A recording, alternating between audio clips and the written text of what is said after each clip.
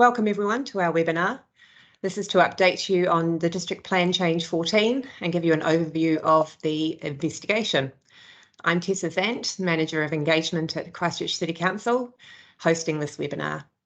Thank you for joining us online on such a lovely evening.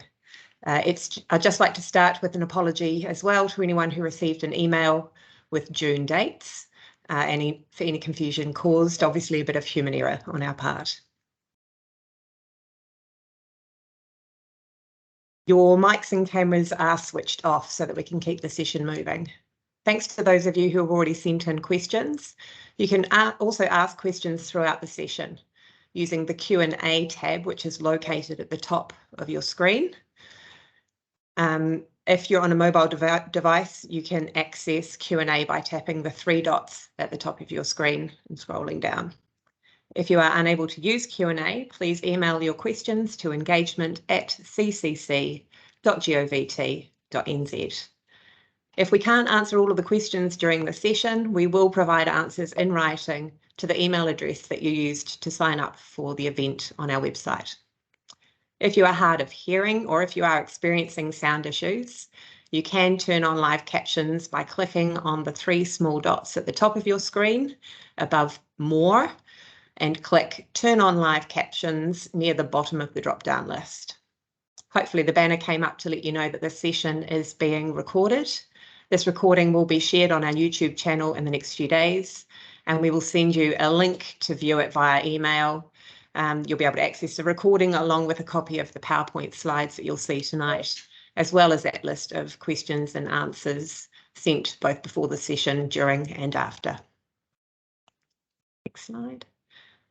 So today, for the first hour, you'll be hearing from our technical staff, Ike and Mark, followed by the Crown-appointed investigator, Mr. John Hardy. We also have staff working behind the scenes to keep the session moving and making sure that your questions are being logged as we go through the presentation so that we can answer them towards the end. I'll now hand over to Mark to introduce himself. Thank you, Tessa. It's Mark Stevenson. I'm Manager of Planning at Christchurch City Council. And I'm joined tonight by Ike Kleinboss, Principal Advisor in the team. Next slide, please. So this evening, we're going to talk you through a number of matters, the first of which is providing the context of the work we're doing, and that is the Resource Management Enabling Housing and Other Matters Amendment Act and what it requires of Council, as well as the National Policy Statement on Urban Development. We'll provide an overview of the work that we've done since September, when Council decided to not approve Plan Change 14 on housing and business choice for notification, and give a summary of the work we've been doing since, principally on an alternative proposal and qualifying matters. We're then happy to answer questions arising from that, and thereafter John Hardy will present and answer questions. So in terms of timeline, we released a draft of Plan Change 13 on heritage, Plan Change 14 on housing and business choice, and Plan Change 15 on radio communication pathways in April and May this year. That was a period for feedback and comments on the draft proposals, which was then summarised, and we published that in June. The feedback received from April and May informed the proposal that was presented to Council in September for their approval, and has subsequently been considered further and is informing an alternative proposal that is in development. That alternative proposal, the work has continued since September and will continue into the new year, as I'll come on to talk about. But before doing so, just as a timeline, the government or Parliament released a National Policy Statement on Urban Development in 2020, and that directed that we change our district plan to enable intensification in and around commercial centres and including the central city.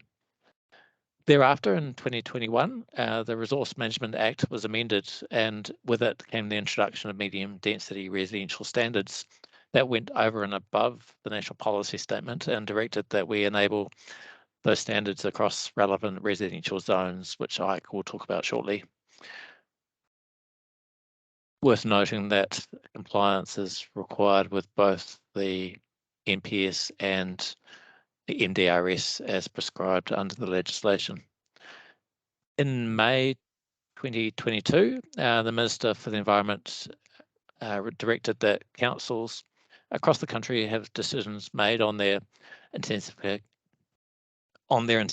planning instruments by August 2023, following hearings of an independent hearings panel. There's an exception to that of Auckland, who have until March 2024. With the plan change not notified, Christchurch City Council's ability to put decisions to be made by August 2023 looks unlikely, and we anticipate a change to that in the future. Next slide, please. I'll hand over to Ike, who'll just talk further on what the legislation means. Thanks, Mark. So as Mark said, we do give effect to what's known as MDRS, or the Medium Density Residential Standards. And really what this enables principally is about 3 stories in development, or up to 12 metres high housing, and up to 3 houses per section, without requiring resource consent, as long as the other controls that MDRS also directs are complied with. Now, this needs to apply as a minimum standard across what's known as all relevant residential zones within the urban environment. And both of those are prescribed under the Act and defined as well. We do have to allow for greater intensification above and beyond 3 stories, as directed by Policy 3 of the NPSUD, which is the National Policy Statement for Urban Development that Mark mentioned as well. There are some situations where neighbourhood approval is likely, but it is made a lot more lenient through MDRS if there is a compliant development. Also, subdivision standards are also made more lenient as well, and we must implement those alongside the MDRS standards as well. We can identify what's known as qualifying matters, in other words, restrictions on areas where it's deemed to be inappropriate for intensification to occur. Next slide, please. So Policy 3 of the NPSUD is really the strongest level of intensification that we are required to give effect to.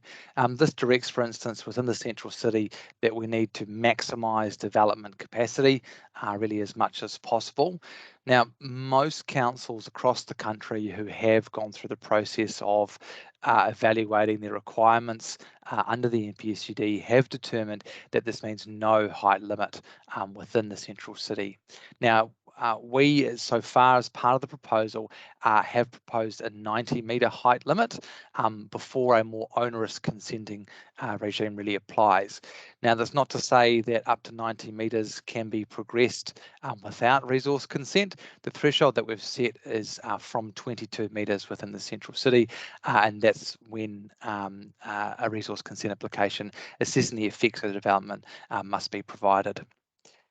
Policy 3 also directs that at least 6 stories within at least a walkable catchment from the edge of the central city must be enabled, and that should really increase based on level of accessibility and other services that are provided within that catchment.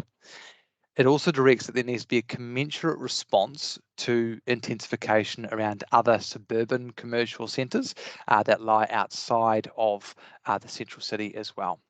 Next slide, please.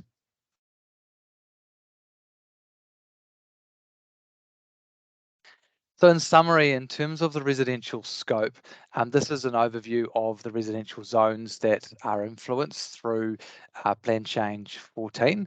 So everything within scope includes all of our suburban, medium density transition, central city, new neighbourhood zones and residential hill zones. It does also include an element of the residential Banks Peninsula zone within the Littleton area because that's deemed to be part of the urban environment. Outside of scope are all of those areas that lie on the periphery of all of these zones, funnily enough, that sit on the outside in the transition before it gets to the rural area. So large lot settlement zones and alike are all considered outside of scope as part of this process.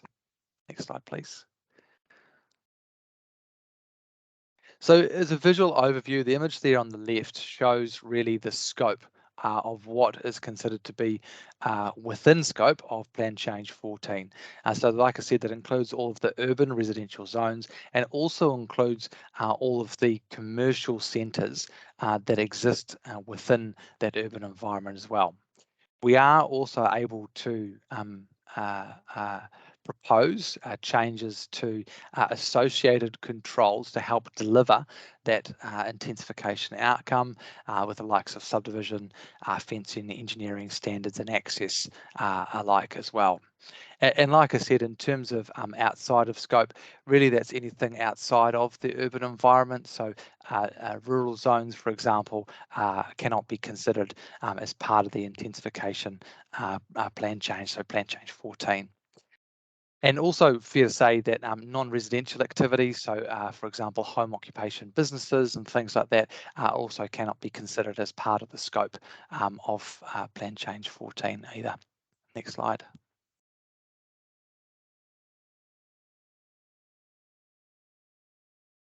So in terms of what we can influence, qualifying matters, like I mentioned, are the restriction that we can apply where it's deemed to be inappropriate to have a level of intensification that would otherwise be directed.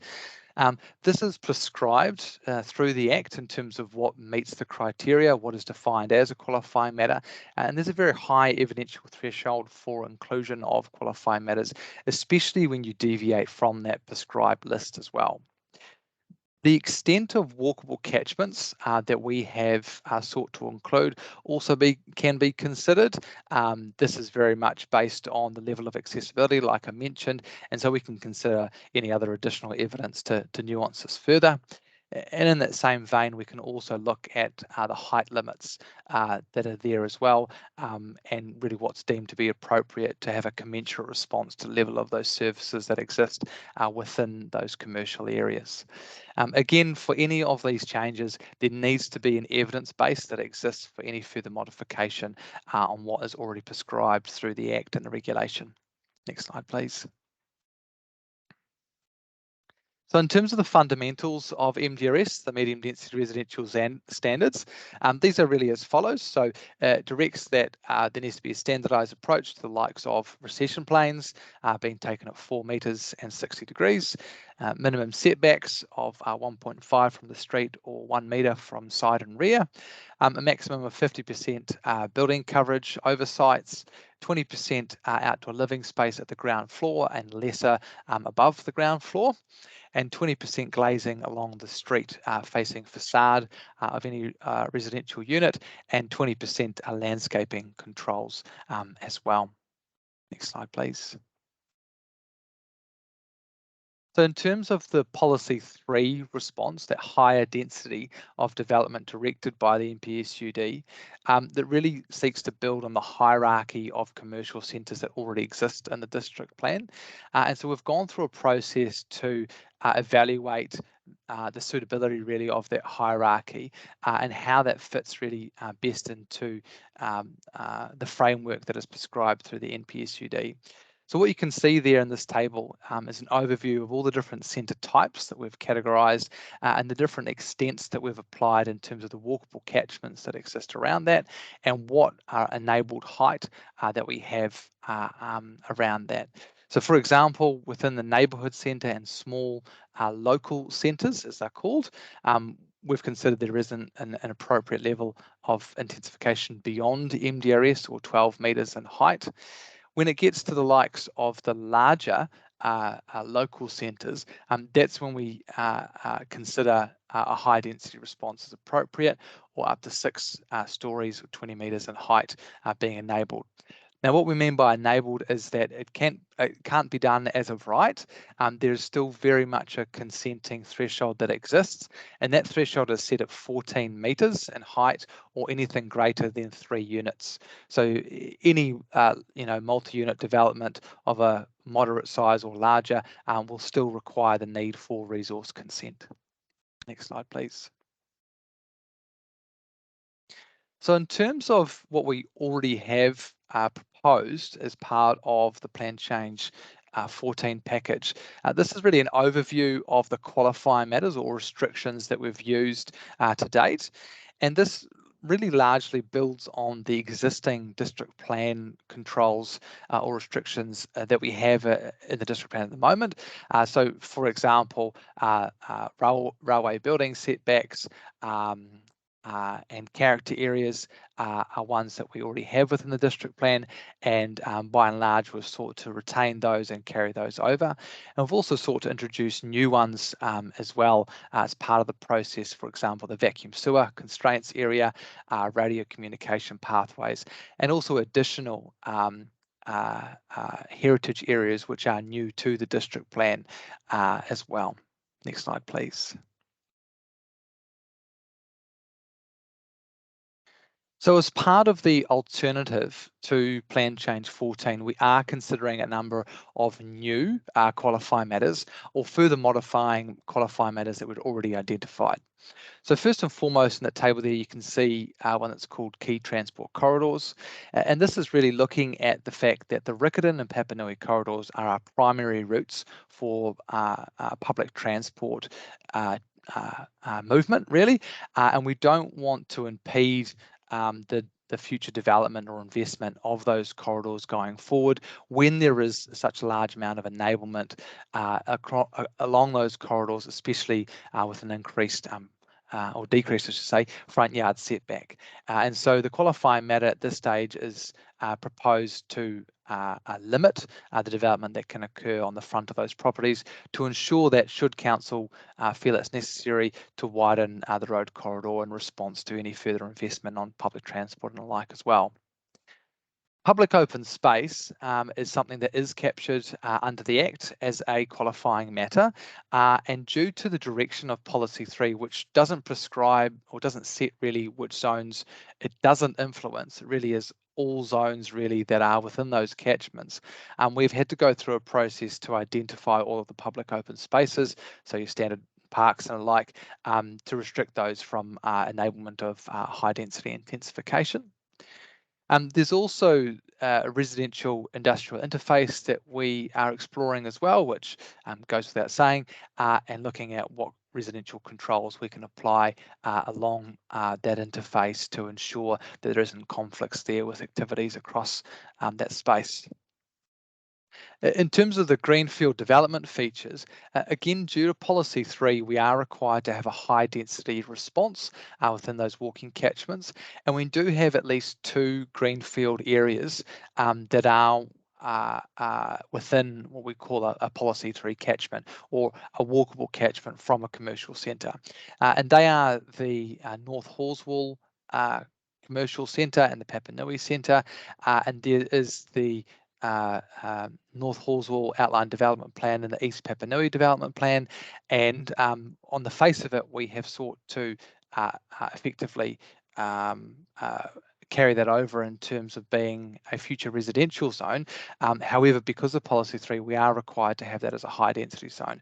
So we also, at the same time, don't forego any of the benefits of the development plans within those areas. So we're looking to progress those development plan features as a qualifying matter as part of the alternative as well. The next one there is around property access to high natural hazard risk areas, and that's really seeking to ensure that we don't have intensification within areas whereby access to properties either to or out is compromised because of those natural hazards. The Rickett and Bush interface, some of you may be familiar with, as we incorporated this as part of the proposal. We had initially just identified the adjacent sites, but we've sought to do some more work around that to really flesh out the evidence to understand better about what sensitivities exist for the site and really what's appropriate in terms of intensification response.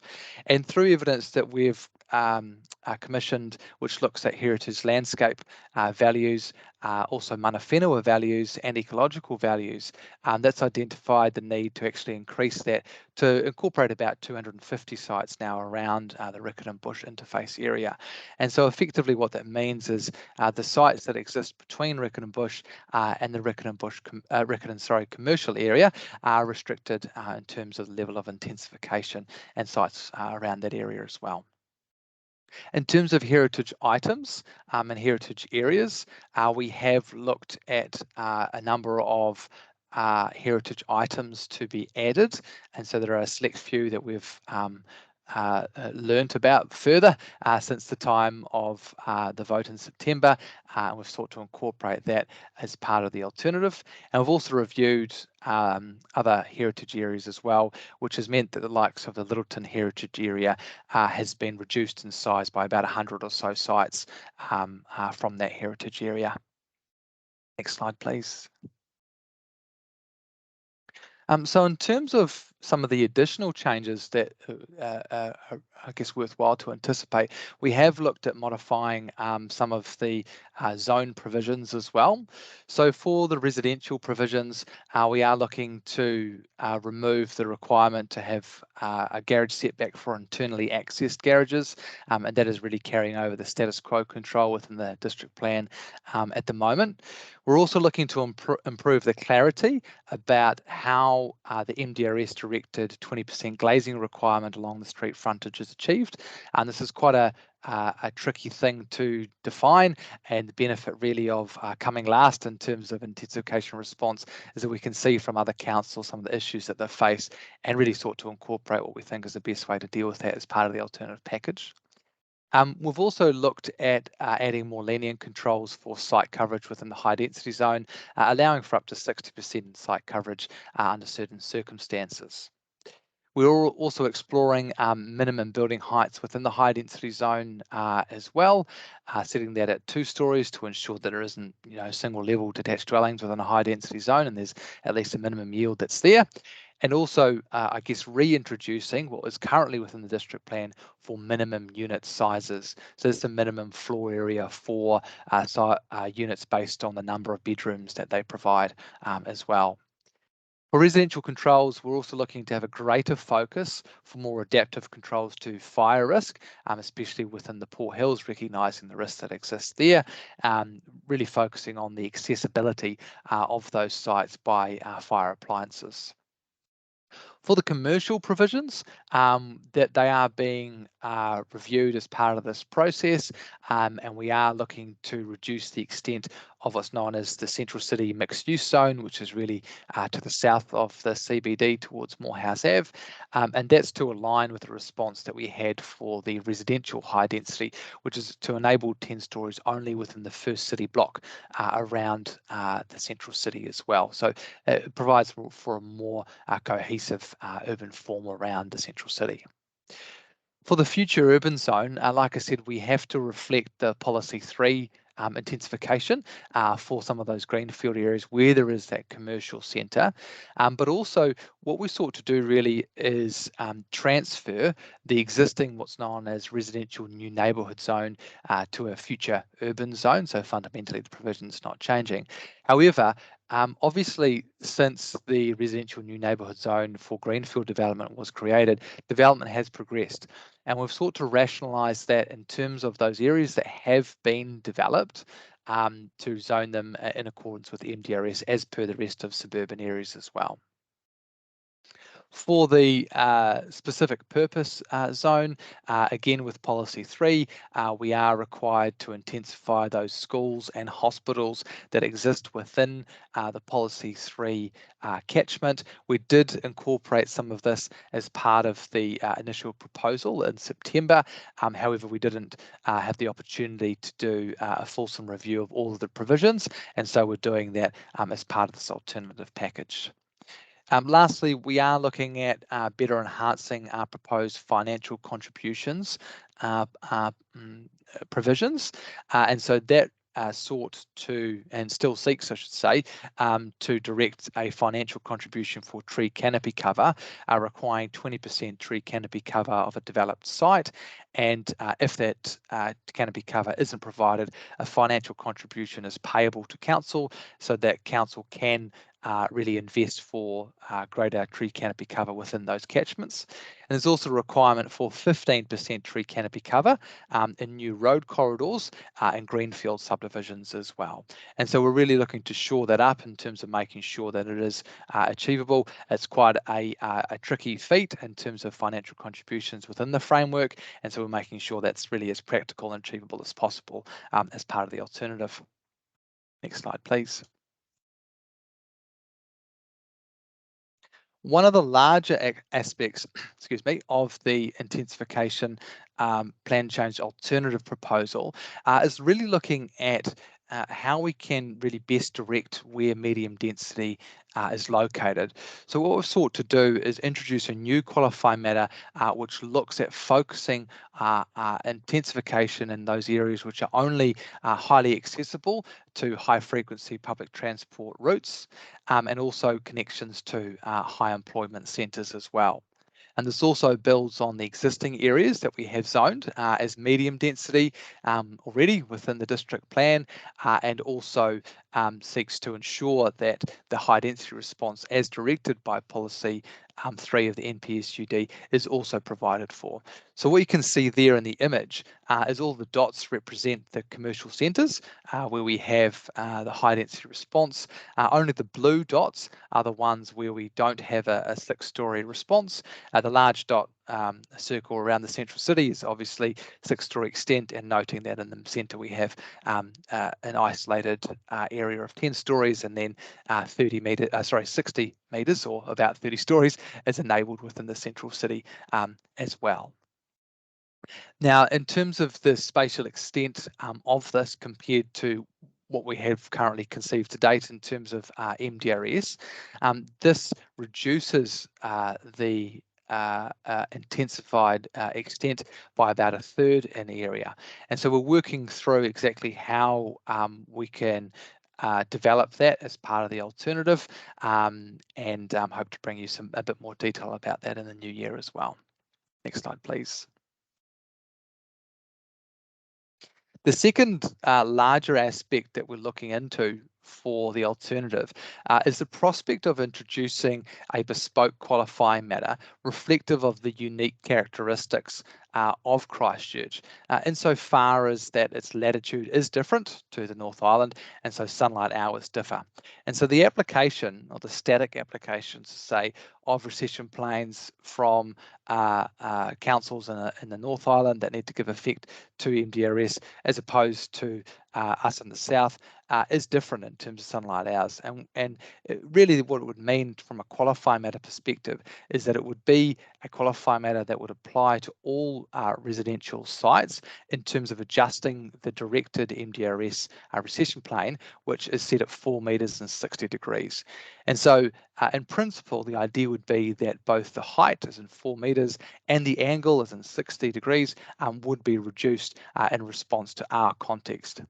Now, what this means is that by its very nature, the Act really directs that only immediate legal effect can apply where there is an area where there is no qualifying matter.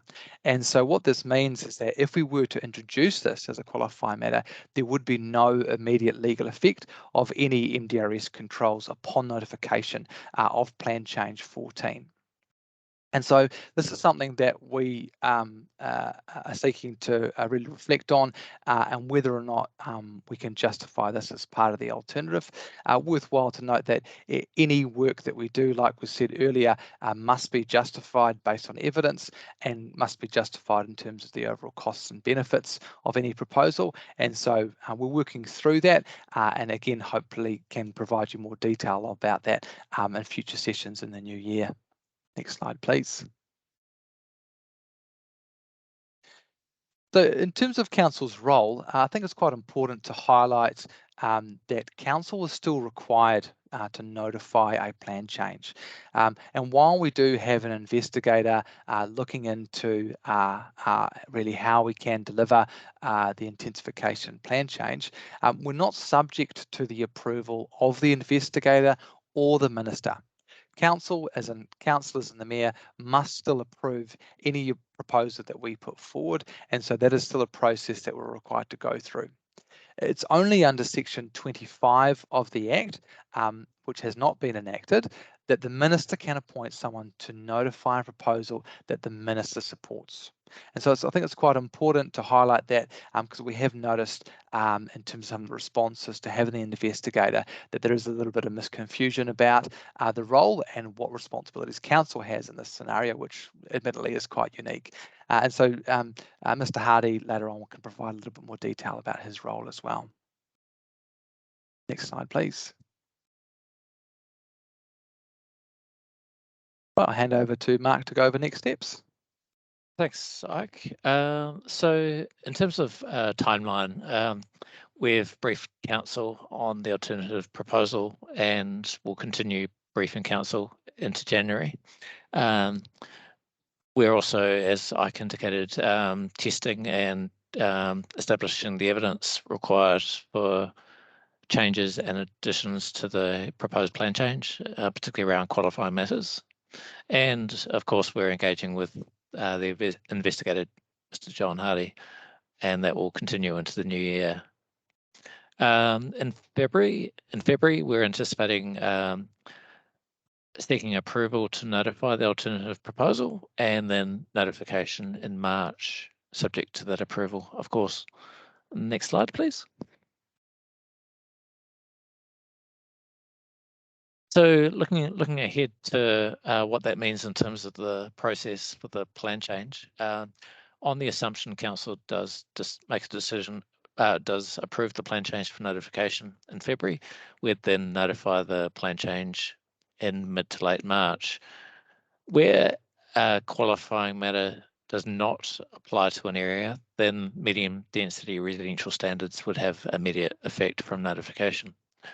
We'll then invite from notification submissions for a period of 4 to 6 weeks, likely over March to May, and thereafter staff will summarise those submissions and publish those, and in publishing them, we'll invite further submissions in writing, which enables certain persons to support or oppose what others have said.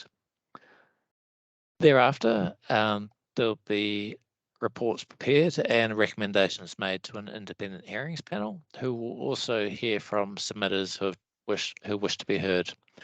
And based on the large amount of feedback we received on the draft proposal, that could be up to 2 months of hearings.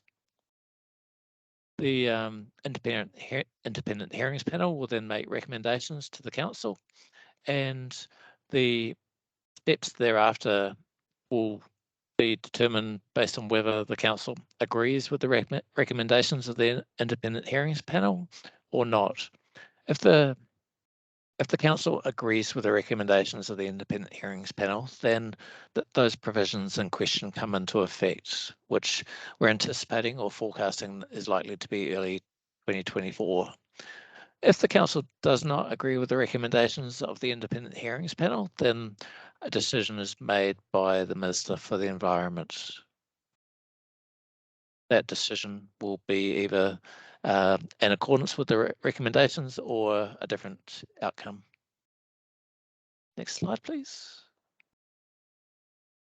We'll now invite questions, and we'll work through the number of questions that have been shared to date, as well as those that are submitted. Yeah, thanks, Mark. So just for those of you watching, what we'll do is just go through the questions that were asked in advance of the session first, and we'll work our way down, and hopefully we've got a good amount of time, another 24 minutes. So hopefully we get through everyone's questions. If you do have questions, just a reminder that you can use that Q&A button at the top of your screen. If you click on that, and then you can type your question in there, and we will get to it in due course.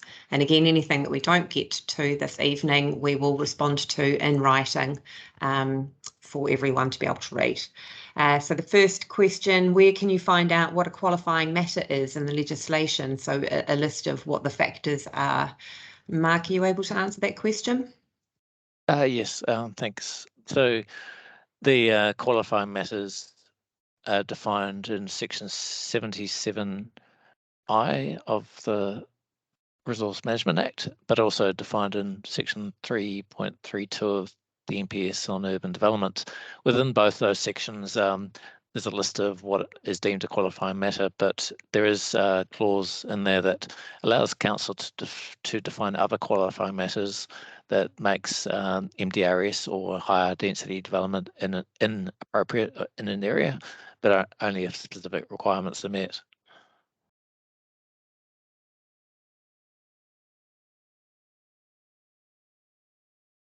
Thanks, Mark. And next question, can we have clarification on special rules for coastal areas? Mark, I think that's another one for you. Thanks. Those listening may be aware that we, in the draft and what was recommended to council, proposed coastal hazards as a qualifying matter. That was areas defined at risk as having a high or medium risk of inundation and areas of erosion. In parallel with the Housing and Business Choice plan change, we're also proposing a coastal hazards plan change. Now, the qualifying matters for the purpose of the intensification plan change are still proposed and would restrict intensification. So that, in practical terms, means any new dwelling within those high and medium risk areas would require resource consent, with construction of a new dwelling within a high risk area being a non-complying activity. Similarly, a subdivision would also be a non-complying activity. So that would restrict the application of MDRS and greater levels of intensification around centres within those areas affected. Thanks, Mark. And Ike, I think this is one for you. Do you intend to keep the new minimum subdivisable areas, such as any size around an existing property? Yep, the short answer is absolutely, mainly because we are required to do so through MDRS. So like I said earlier on, for subdivision standards, there are a far more liberalised regime that MDRS directs.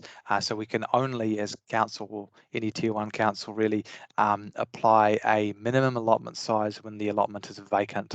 So if there is an existing or a proposed development, there is no minimum allotment size that is able to be directed in the district plan, and that's continuing as part of the alternative. Thanks, Ike. And I've got another one for you here. Can you please explain how Hillside properties can protect their view? Yeah, so in this, I guess the first thing to remember is that at the moment in the district plan, views in themselves are not protected. So for instance, if someone were to build a taller building and someone's view is obstructed, then as long as they are within the building envelope or the height or the recession plane, then they're freely able to do so. And so there isn't an existing specific feature that we are seeking to carry over simply because it doesn't exist as a qualifying matter. So the short answer is no. What I will say, however, is that because of the interplay between the maximum height the recession plane, and the angle at which hills are typically on, it does mean that the recession plane will mean that 3 stories just really isn't achievable right at the boundary, and so that would be terraced basically into the hill, so that would negate any view loss anyway. Lovely, thank you for that. Mark, I think we're heading back to you. What motivations are there for developers to build high density housing in the central business district? Most of the new builds are only 3 or 4 stories, when I feel 6 should be the absolute minimum. Is it a lack of demand, a lack of expertise, or the cost? That's a good question. There's been work councils undertaken on the feasibility of higher densities, and the matters mentioned are relevant. The main factor in driving the demand for lower rise has been that there's enough choice within the market, that higher densities haven't been a desirable topology. There's also, in a Christchurch context, at least a lack of proof of the concept. So there's a greater risk of some of the early leaders in that space. But having said that, the feasibility assessment commissioned by council has shown that 10-story development can be more feasible than 6-story development, and that's due to economies of scale, but also upfront costs. So we anticipate higher densities in the future, but it will take time. So am I hearing a little bit that it's sort of someone just needs to be brave and start showing that it works, and then other developers might follow suit? Is that what you mean by proof of concept? Yeah, I mean, it's there's a risk involved with any development, but yeah, there's risks to be considered in being the first movers. Thanks, Mark. Another one for you. Has an effects-based study been conducted as to what the outcome will be of intensification on the economy and the environment? And if so, is the proposed intensification sufficient? I'm going to assume they mean the proposed at this point.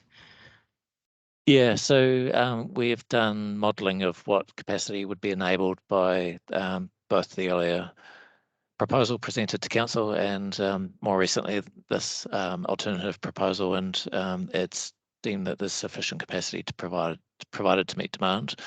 In terms of the first aspect of the question, council is required under the Resource Management Act to evaluate economic, social, cultural and environmental effects of what it's proposing, and as part of the economic reporting we have commissioned property economics who have assessed the benefits and costs from an economic standpoint, and their reporting is part of the Section 32 report that's on our website, and they continue to provide advice going forward.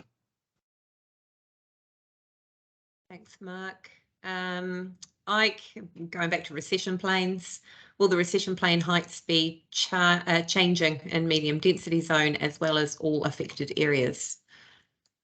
Yeah, the short answer is absolutely. Again, we're required as a minimum to give effect to those MDRS standards, and so if there isn't a qualifying matter that applies, then the 4 and 60 degree angle that is must apply as a minimum, and we can only modify that if, like I said, there's a qualifying matter, which we're exploring, and we can also modify it to make it more lenient as well, which we have done to date as part of the proposal in specific circumstances, for instance in high density scenarios, or building bulk along the front of the sites as well.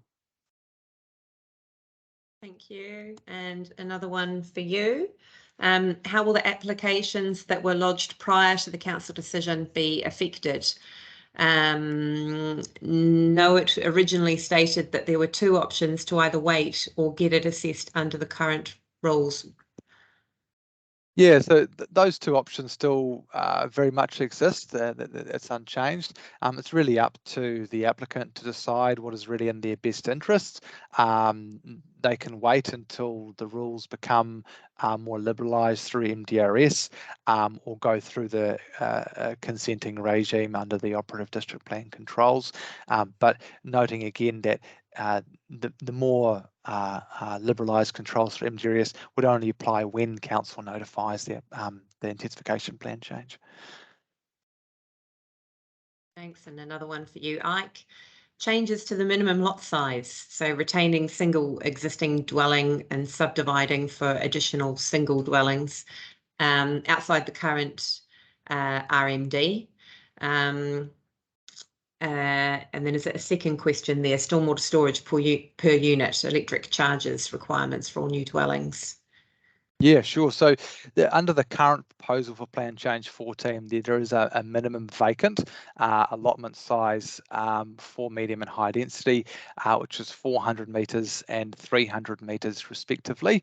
And then, you know, like I said before, under the Act, there can't be a minimum allotment size that exists for existing or proposed. And so that's also carried over in terms of any of the alternative proposal that we would do as well.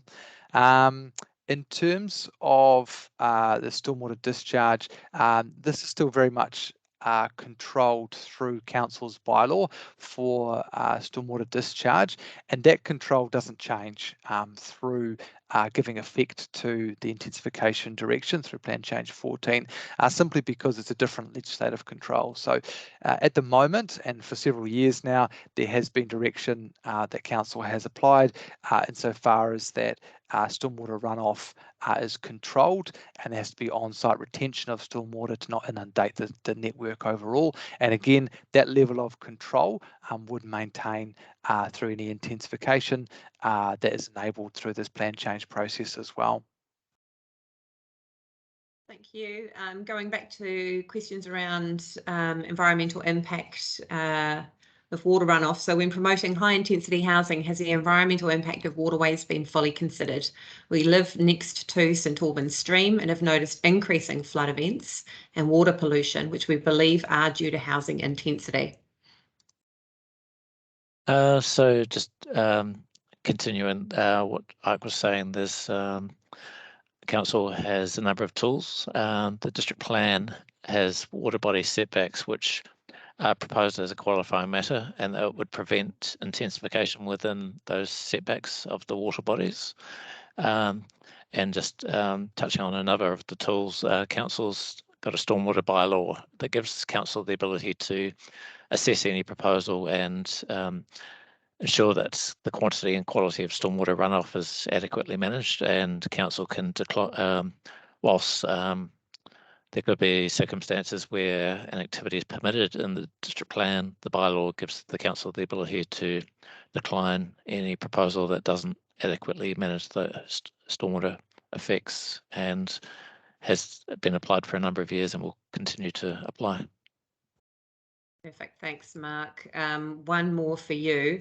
I'm going to de-acronym here. Would amendments under the National Policy Statement on Urban Design be sufficient on their own in Christchurch without the medium density residential standards?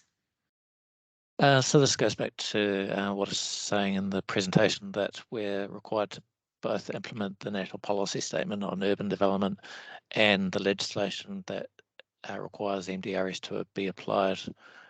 So implementation of the NPS in itself would not meet our statutory obligation, and what we're proposing is to use qualifying matters to the extent appropriate to limit intensification in areas where it's not deemed appropriate, or where a lesser level of intensification is more appropriate. And qualifying matters, as I indicated, remains the only lever or tool we have to limit it.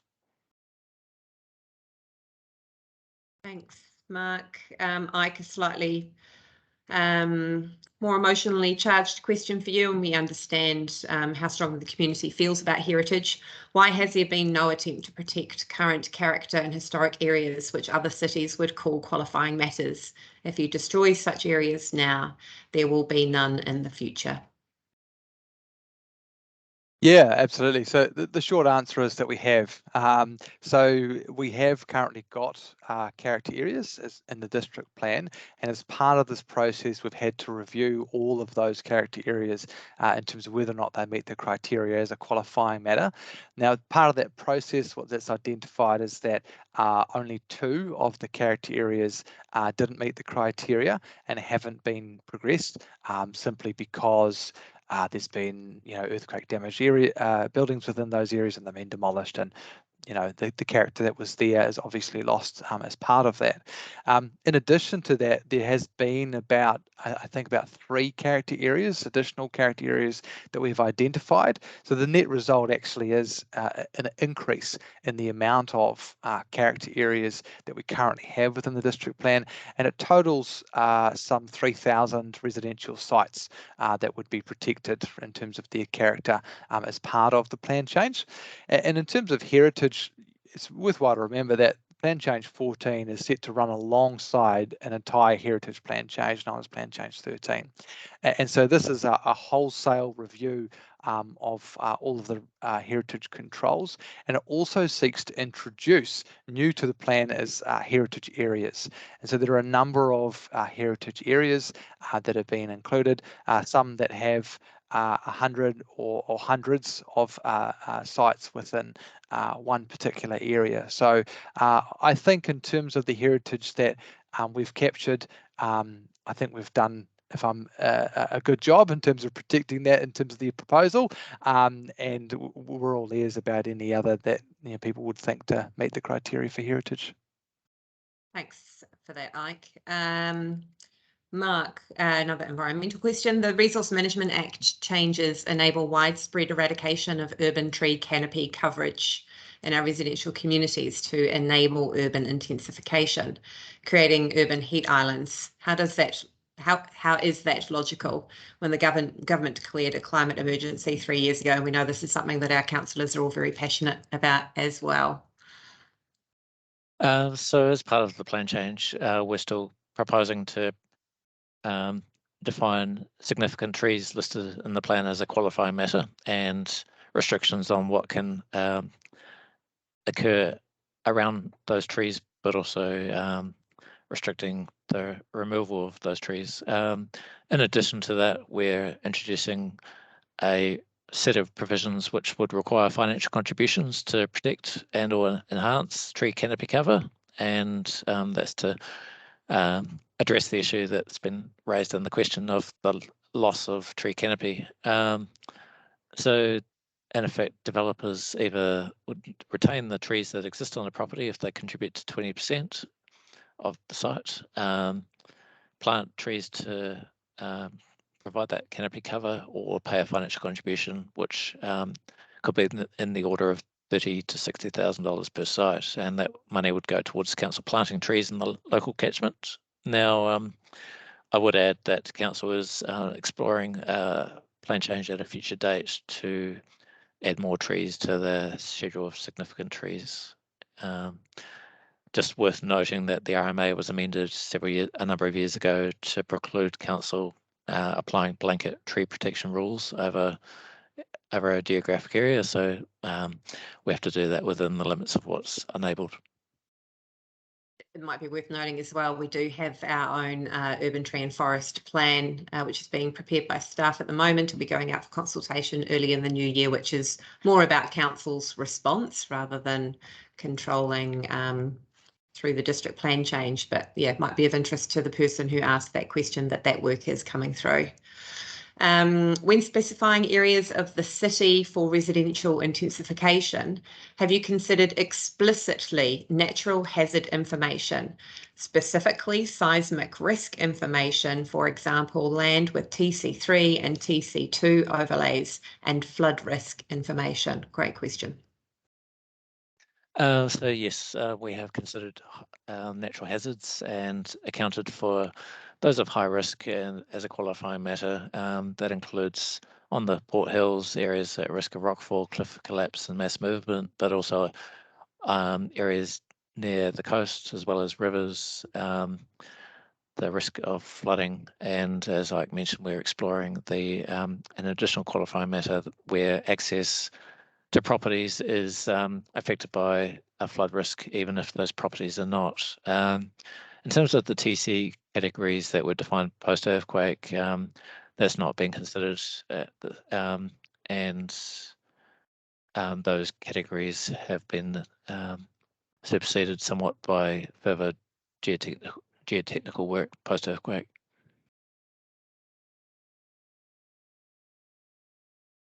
Thanks, Mark. The council opted to specify, this is a question for you, the council opted to specify high density zones over and above the density permitted by the new intensification rules. Having failed to mandate the rule change, is the council still committed to and seeking to achieve this? Yeah, so I guess firstly a little bit of a correction there for clarity. The MDRS is the minimum baseline that council needs to give effect to, the 3 stories or 12 metres across all residential zones. We are required to intensify to a higher level than this under the NPSUD, National Policy Statement Urban Development. So there's 2 mechanisms that we need to give effect to, and one overtops the other within specific catchments around those commercial centres. And so the NPSUD, like we talked about earlier, directs that, for example, around the central city, there needs to be at least 6 stories within at least a walkable catchment that needs to be intensified. And so we are, like I said before, required to give effect to that. And so as part of the alternative, we are still giving effect to that overall direction. Great, thank you. And the last of the questions that were submitted ahead of, so we'll get to some of the live questions shortly. Have you included and researched real life situations of the applicant of the current housing rules? And part 2 is how do the new rules resolve issues with tree roots? So in terms of application of the proposed rules, we have had some scenario testing undertaken of the residential provisions, which is available. And in terms of the second question, there's setbacks prescribed from significant trees, which would seek to manage any effects on tree roots. Lovely, thank you. Right, into tonight's questions. Will you have height limits on 0 setback garages? Ike? Yeah, so at this stage, the idea is that it would be limited at 3 metres. So, for example, if you'd have an internally accessed garage that is part of a townhouse development and the residential unit exists on top, then what we're talking about there in terms of being more lenient for the setbacks, the 0 setbacks, wouldn't apply because there'd be a residential unit on top. This is in the instance where there's a residential unit and there's a garage that sits side slung, if you will, alongside that, and there's nothing on top, and you can build to the side of the boundary there, which is under the current district plan at the moment. Yeah, thank you. That's a bit of a long one. That was from this morning. Will your review of shading as a qualifying matter extend to higher buildings, so the ones in above 6 stories? Mike? Remains to be seen, if I'm completely honest. But I guess what I'd reflect on is that we have to, in anything that we do, ensure that the direction that we have to give effect to is able to be achieved. And so if we were to change, for example, recession planes via a qualifying matter, we need to do that in a way that, for instance, within the medium density areas that give effect to MDRS, 3 stories is still achievable. Similarly, for the likes of the 6-story areas, we need to ensure that 6-story development is still achievable. So at this point, as part of the proposal, what we've said for the high density areas is that recession planes do not apply if the building is set back 6 metres from those internal or rear setbacks, and do not apply along the front proportion of sites to ensure that there is greater presence and street interaction along that street frontage, and to ensure that there is still private amenity space along the rear of the site as well. So like I said, remains to be seen, but we just need to remember that we need that to give effect to that overall direction for intensification and still make that achievable. Great, thanks, Ike. Mark, just a little bit of confusion from one of the slides that you presented. In the slide that talked about the process, in box number 4, it said Council agrees to notification by 20th of August 2022. MDRS will take legal effect from that date, and this did not happen, and it was 4 months ago now. When is it going to happen? This person now feels that they're in limbo, waiting for a decision to be made by Council. Can the process flowchart be amended with the correct date when the Council will agree to the notification? Is that in? So as outlined on the slides, the staff are anticipating that notification will occur in March next year. That's on the assumption that Council gives approval in February to the plan change. And in the areas where a qualifying matter is not proposed, MDRS would take immediate legal effect. But otherwise it would be early in 2024 when the MDRS comes into effect at the time of decisions being made. Lovely. We can certainly review that slide and just double check that everything in there is on point before we publish that on our website. Unfortunately, we've just run slightly over the staff allotted time for the presentation. So all remaining questions, thank you very, very much for sending those through, but we will be responding to those in writing. And the conversation doesn't end there. When we provide you with an answer, if you would still like further clarification or information, by all means, get in touch with us. I am now going to hand you over to Mr. John Hardy, who will give you a brief rundown on his role in the investigation. Give me that first slide.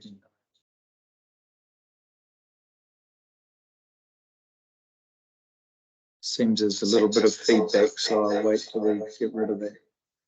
Yeah. Right. Thank you to all who have taken the time to be with me on this webinar.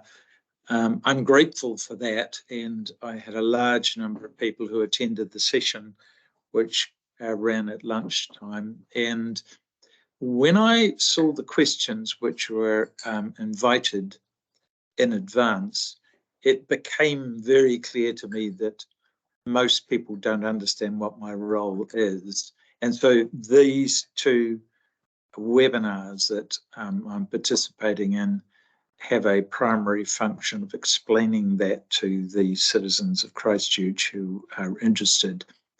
So I've got a whole lot of questions, most of which are not appropriate for me to answer, and so I need to explain why. So there are two parts to the brief that I was given. You must remember that I did not determine the brief. This was done before I was appointed. But the first part, I've put it on a slide there. I haven't put everything, I've just put the relevant parts so that I can explain. The first part of my role is to make sure that the minister, the ministry, the government understands the issues from the council's perspective. And some of that's already gone on, because I know that the former mayor, Leanne Dalziel, had written to the minister. Any correspondence that went from people to the minister, I have asked to see, and it has been provided to me, and I've read it. So I'm aware of not only what the views of the council were, but I'm importantly aware of the views of many others, including people who consider themselves stakeholders. I've read all of the material that was submitted in relation to the original proposed plan change. I've even watched the video of the day that the council meeting took place, where the council resolved not to notify. And I believe I have a very good overview. I'm directed to tell the government what the council's concerns are, its issues, but its issues in effect also reflect some of the issues that are of concern to the ratepayers. And so when I report on that matter to the government, there will be an understanding that that will include not in-depth pages and pages of views from people who consider themselves stakeholders, but there'll be a wrap-up so that the government is well aware of the things that have been said by various of the ratepayers in Christchurch. I accept that some of that has already taken place because various people have written to the minister, and I've seen that correspondence. I'm also required and directed to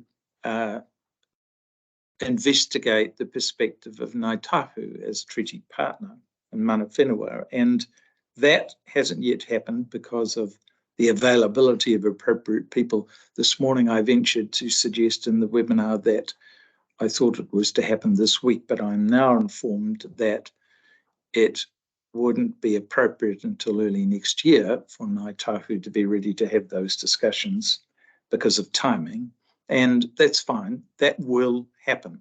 The third part, of course, which is of some moment to many of you who are involved in this webinar, is that I'm able to take account of the views of any stakeholders if relevant. And I just want to emphasize that it's not the council or the government who decides whether the views are relevant. It's me. That's my role because I'm independent. So specifically, I've had some correspondence and a direct question from residents groups. I'm just going to globally talk of them of residents groups to say, why haven't I contacted them and why even allowing for this investigation and presentation am I not prepared to do it afterwards? And the short answer is, my answer to that is that I will do it if I think it's relevant for me carrying out the inquiry and the second part of my work. I'm inviting and have invited at lunch hour anyone who feels that they need to say something to me. You're welcome to drop me an email at my email address, johnhardymediator@gmail.com. It's no good giving me 15 or 20 pages because that will not help me in the role I have to let the government understand the issues from the council's perspective. It will give me a better understanding of your views, but I think I already know those. There are people on both sides of the ledger here. There are some who wish for less intensification. There are some who wish for more. And so that's a range of views. And simply in the context of the work that I've been delegated to do in this investigation, I have formed a view that I do not need to meet separately with each and every individual who sees themselves as a relevant stakeholder. If I could have the next slide, and it will really highlight what really is the key role that I have. It's simply this. The council had a statutory duty to notify a plan change. It was supposed to happen by August of last year. It did not happen. And at a meeting where it was intended to propose a resolution that had been notified, the council was persuaded not to do so, and it is in breach of its statutory duty. Now, once in breach, the minister had options. The minister could have, under legislation, appointed someone to simply do the notification, not necessarily of a plan in front of the council, but of a plan which gave effect to the government legislation. That could have happened, Instead, the Minister has appointed me to see if I can find out why it hasn't happened and is it going to happen. And so the role that I have with the Council is to establish whether or not it is the intention of the Council to notify. What are the barriers? When is it going to happen? What's the time frame? If the Council notifies the plan change, then in effect, my role is at an end because the Council has fulfilled its statutory obligations by that notification. The time frame of that is important to many of you, and you've heard directly from the Council officers in relation to that. People ask questions of me of what are my meetings with Council officers. My meetings with Council officers are not about the content, that is for the Council. They're about process to get to that point. And the Council has explained to me, as it's explained to you today, that in order to investigate properly some further qualifying matters and provide, as it's required by legislation, necessary evidence to support those qualifying matters, that work, directed in part by the Council itself, will take it through to the end of this year and into early next year, so that it will not be in a position to have completed that work until February of next year. So it would be in February of next year that a different plan from the one that was previously put to the Council will come back to Council officers, and they'll be invited to pass a resolution to notify it. And if they pass that resolution to notify it, then effectively my work will come to an end because we've achieved the outcome, which is to have the notification. If it does not, if the Council chooses to not do that, then I'm able to recommend to the Minister some action he might take to correct it. And you can rest assured I will be. I've been in no bones to say that this is a breach of statutory duty and my job is to help the Council rectify it. If the Council chooses not to, then there are alternatives. Now, in undertaking that work, I need to say what I'm not required to do. I'm not required, this is the first thing, I'm not required to tell the Council what to put in their plan. That's not my role. And people have asked questions of me and they seem to assume that that might be my role. It's not. And so when I meet with Council officers, as I said before, it's about the process of getting to the end result. Secondly, I want to say this. I'm also not in a position to direct the Minister or the government about changes that some people want to legislation. That is not my role. That's a political process and not for me. You will know I'm appointed and I am a citizen of Christchurch. So I have an interest, just as all of you do, but that's a completely different matter. Whatever my personal views are irrelevant. I'm here to see that the Council undertakes its statutory duty. And that is the extent of it. I will let the government know and the Minister directly what the Council's concerns are, because that was the previous slide.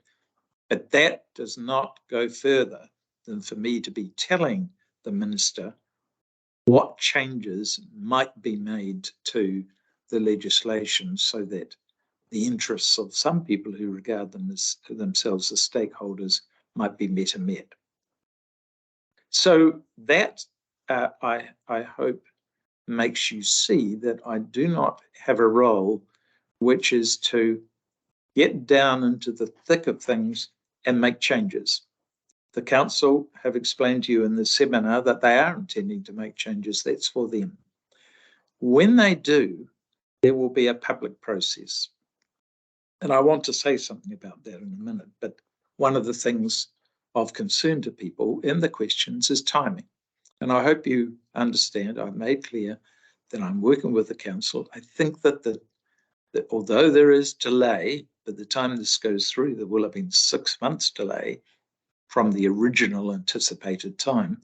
But I think in the context of what the council officers are required to do, I'm of the view that that new time frame is acceptable to me, and I will work on the assumption that there will be a decision by the council in the month of February, towards the end of February, or even if it's early March, because there's some small delay, all of that time frame would be acceptable to me to get to the stage of notification.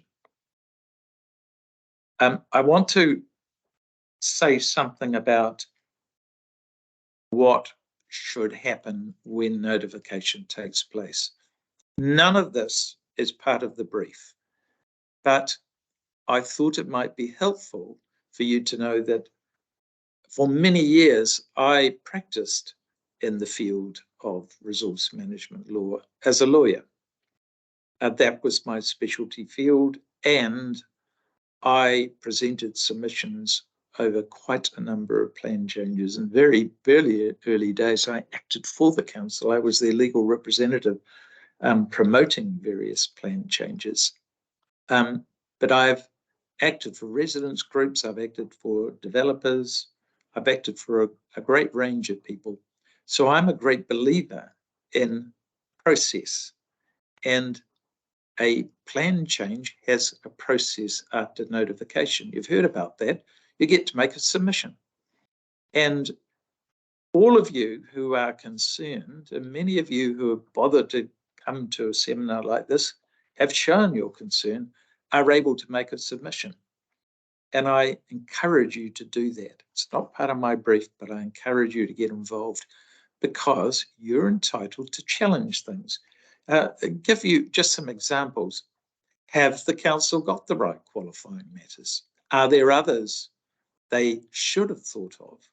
Are the heritage or character areas properly understood by the council? Are the walkable catchments which are going to be applied in the plan change, are they the desirable walkable catchments? I could pick a raft of matters and issues that might be the subject of challenge.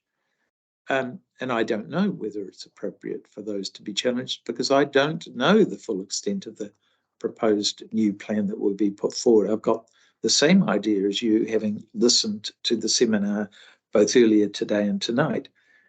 But I always feel as a lawyer, there are opportunities for challenge, and you just have to put the effort in and get the right evidence in front of a panel.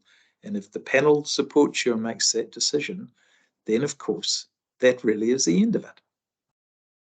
So I can't, it's not part of my role to tell you to be involved, but I encourage you to be involved because that is the correct process and that is the correct way you can express your particular point of view. Now, having said that, I probably explained to you that role. I have a series of questions and they were all advanced prior to the seminar starting. I've looked at all of them and some I've asked the council to answer directly because although they're not for me, it seemed appropriate that there was an answer. I've answered quite a number of them in the context of what my role is.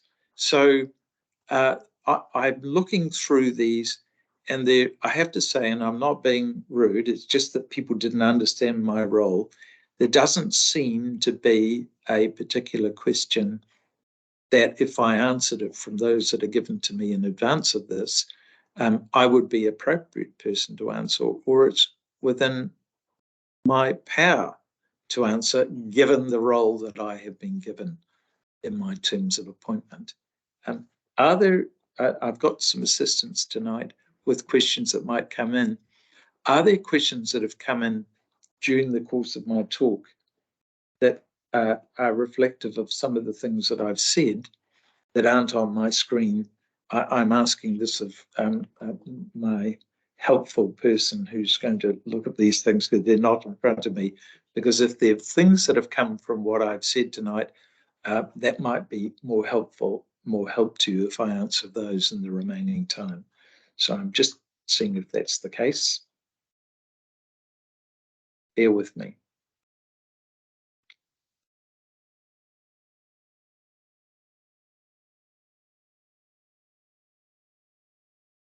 Yes, could I shift that towards me, because I can't read that.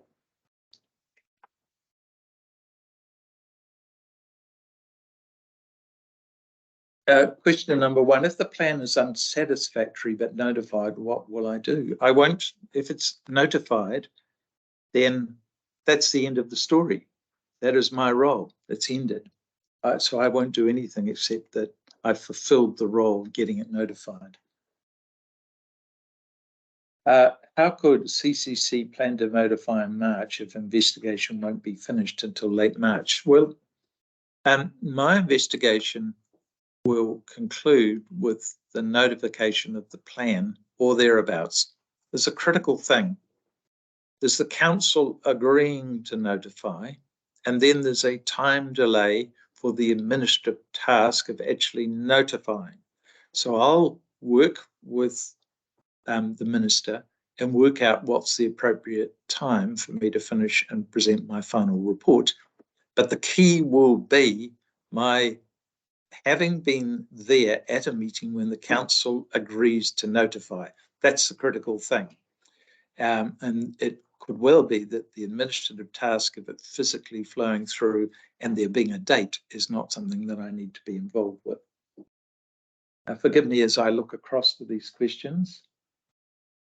Yes, could the government apply Section 5 if it's not satisfied with the plan? No, I think the short answer is no. That Section 25 happens and may indeed be my recommendation if the plan is not notified. But I've explained earlier, it's not for me to decide the content, and it's not the minister to decide the content. And you heard that directly from Mark Stevenson when he talked to you before. I think he's made that comment. He's quite right. It is for the council to notify, and then it is for a hearings panel to determine what the final form of that plan should look like. Are residents deemed stakeholders? Well, of course, I hope I've answered that. I regard, in a way, every person who is interested in the outcome as a stakeholder. Of course, residents groups have an advantage in that they are deemed to represent the particular members of their community who have chosen to join and become members. It won't be all of the people who live in the district. And so that's a useful way sometimes for something to be simplified in the context of talking. But there are many other groups who are stakeholders as well. So I've set about my own way of investigating what they mean, and I've invited people who don't think that I might understand.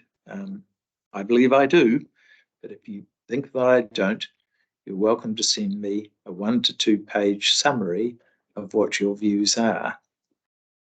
That'll help me only if you recognise what my role is and you've listened to me. To that extent, you can do it.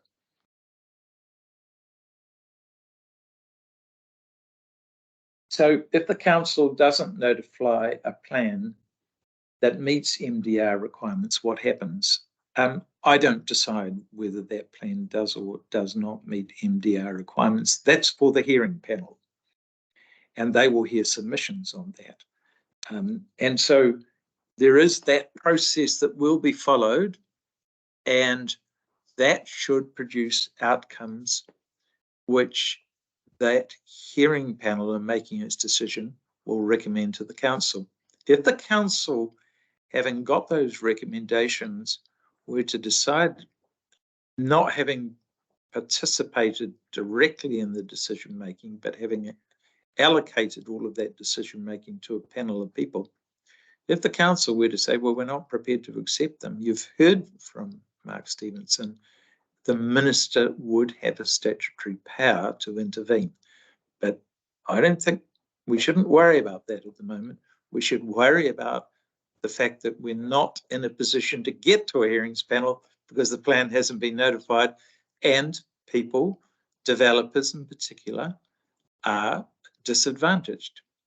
Many, we know, had plans prepared in anticipation of this, and they can't do anything because it's not been notified, and that needs to be fixed. Who comprises the hearings panel and what effort is made to ensure they're impartial? Again, not a question for me, a question for the council, but all I can say is that over many years practicing as an advocate, I've appeared in front of hearings panel, and I've appeared in front of so many judges in my lifetime, it's not funny. And sometimes I come away and I say, I'm not sure I got the hearing I deserved. But generally speaking, we have people who are assigned to these tasks in the resource management field who are particularly qualified for the role because they're specialists in various fields that are necessary, and they have legal skills as well. So mostly I'd like to say that panels that are appointed, from my vast experience of many years, are appropriate people. Who's been appointed in this case? It's not for me, but you can direct that question to the council. So I'm almost at the appointed time of 7:30, and some of you have withheld your food and dinners to participate. I'm very grateful. I'm not going to, I think the final thing is that I'm not about to hold a whole series of individual workshops with people who have a particular viewpoint. I'm going to simply say that I've tried my best to understand all the various points of view, but my fundamental role is to make sure that the council notifies its plan. Oh, apparently I have one more question.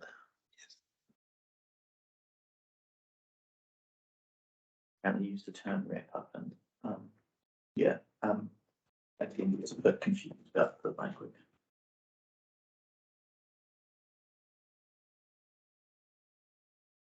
So will the wrap up be scaled to reflect the quantity of people holding the same hearing? But there is no right. Yes, it's the great theory in resource management terms that quantity is very, very important. I particularly hold the view that it's quality, not quantity. I'm well aware that in this, because I've investigated it, that there wasn't just one residents group that had a particular view. There was an amalgam of a raft of residents groups. I'm going to go so far as to say all of the residents groups bandied together on this because they had a common interest.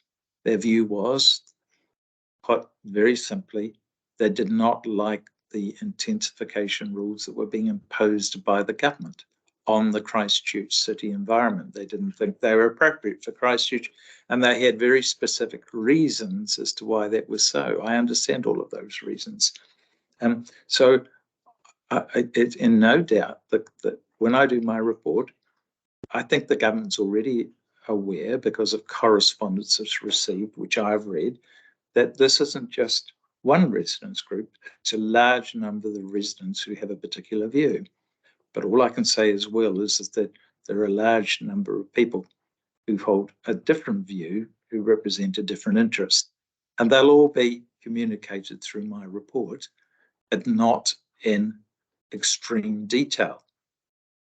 It's the flavour, because the role was not to do that, it was to represent the views of the council.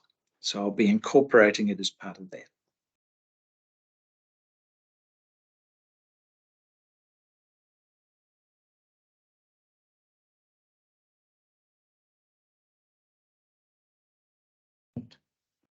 So we have reached the end of our presentation for you this evening. Thank you again to everyone for taking time out of your beautiful evening to join us inside online.